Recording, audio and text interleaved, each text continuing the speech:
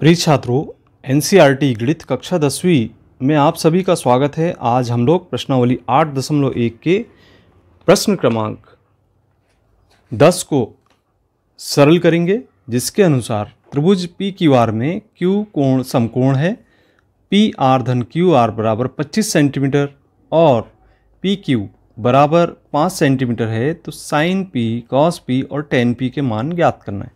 यहाँ पे एक समकोण त्रिभुज हम पहले बनाते हैं और समझते हैं कि इसमें कोण Q समकोण दिया हुआ है, तो इसको हमने Q लिख दिए और यहाँ पे हमने P लिख दिए और इसी प्रकार से ये हमारा R बिंदु होगा। तो इस प्रकार PQR एक समकोण त्रिभुज हमें प्राप्त हो गया। और इस समकोण त्रिभुज में चूंकि PQ का मान यहाँ पे 5 सेंटीमीटर हमें ज्ञात है और यदि हम इसको मान लें कि QR बराबर x सेंटीमीटर है, अब हमें यहाँ पर PR का मान ज्ञात करना होगा। जैसा कि हमें ज्ञात है, समकोण त्रिभुज PQR में कोण Q बराबर 90 अंश और PR धन QR बराबर 25 सेंटीमीटर। अब चूंकि हमने यहाँ पे QR को x सेंटीमीटर माना है, तो इसके स्थान पे हमने x रख दिए, तो यहाँ से हमें PR का मान ज्ञात हो जाएगा। इसे हम सरल करते हैं, x का पक्षांतर कर देते हैं, तो PR बराबर हमें यहाँ पे मिल जाता है 25 ऋण x सेंटीमीटर। तो इस प्रकार से ये यहाँ पे हमारा कर्ण होगा 25 ऋण x। अब हमें x का मान ज्ञात करना होगा और x का मान यहाँ रख के हम लंब और यहाँ से कर्ण ज्ञात कर सकते हैं। इसके लिए हम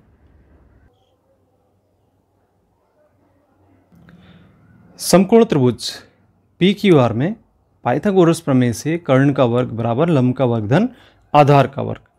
अब यहाँ पे हम मान रखते हैं, तो कर्ण का मान रखना होगा।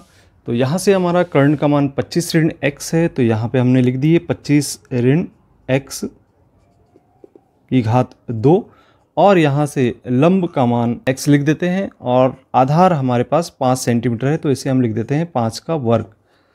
इसे हम सरल कर दें, तो चूंकि a ऋण b के फॉर्मूले से हम यहाँ पे a ऋण b का फॉर्मूला जानते हैं। ये हम देख रहे हैं यहाँ पर, यदि हमने a का मान x 25 मान लिया और b का मान x ले लिया, तो यहाँ से इसमें मान रखने पर यहाँ a का मान हमें रखेंगे और b का मान, तब a का वर्ग ऋण 2ab धन b की घात 2 से इस फॉर्मूले के अनुसार हम यहाँ पे मान रख देते हैं। तो यहाँ पे मान रखने पर 25 की घात 2 होगा और ऋण 2ab यानी 2 गुणित 25 गुणित x और धन b की घात 2 अर्थात x की घात 2 बराबर हम लिख देंगे यहाँ पर x की घात 2 धन 5 की घात 2 का मान होगा हमें प्राप्त, तो यहाँ पर 25, तो यहाँ हम लिख देंगे 25। इस तरीके से हम इसका मान रख देते हैं। इसकी घात 2 का मान 625 के बराबर है और 2 का गुणा करेंगे 25 में, तो यहाँ पे 50x हो जाएगा। और इसी तरीके से यहाँ से x की घात 2 और इनका पक्षांतर इधर कर लें, तो यहाँ पे ऋण x स्क्वायर ऋण 25 बराबर बचेगा 0। इन दोनों को हम कैंसिल कर देते हैं और यहाँ से हम देखते हैं कि 625 में से 25 घटाने पर हमें 600 प्राप्त हो जाता है और ऋण 50x का हम दूसरे पक्ष में पक्षांतर कर देते हैं, तो बराबर 50x मिल जाता है। यहाँ से हम x का मान ज्ञात करेंगे, तो x का मान ज्ञात करने के लिए हमें 600 के तरफ 50 का पक्षांतर करना होगा और ये इससे हमने कैंसिल कर दिया। 5 से कैंसिल करेंगे, 5 एकम 5, 5 दूनी 10। इस प्रकार से यहाँ पर x का मान हमें 12 प्राप्त हो जाता है, तो हम x बराबर लिखेंगे 12। तो x का मान 12 सेंटीमीटर मिल गया। अब हमें चूंकि PR का मान ज्ञात करना है, तो हमने माना था PR बराबर यहाँ पर 25 ऋण x, तो PR ये हमारा कर्ण होगा। तो जैसे ही हमने x का मान रखा 25 ऋण x अर्थात 12 बराबर 25 में से 12 घटाने पर 13 सेंटीमीटर हमें PR का मान ज्ञात हो जाता है। इस प्रकार से हमने मान ज्ञात कर लिए। त्रिभुज PQR में ये सारे मान हमें अब पता चल गए हैं कि लंब, आधार और कर्ण का मान कितना कितना होगा। तो जैसे कि आप देख रहे हैं यहाँ पे लंब, आधार और कर्ण का मान हमें ज्ञात हो चुका है और अब हमें जो हमें प्रश्न में दिया गया है कि साइन P का मान ज्ञात करना, तो साइन P, कॉस P